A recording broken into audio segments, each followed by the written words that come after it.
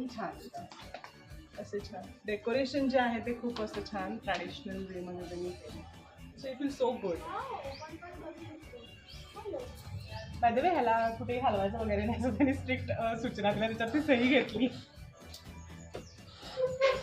आणि छान पाहिजे तो म्हणजे इथले बेसिंग पितळेची पितळेचे आणि नळ पण असं छान ट्रॅडिशनल स्टाईल मध्ये त्यांनी ठेवलं. Good, very nice. तर मस्त आम्ही जेवतो.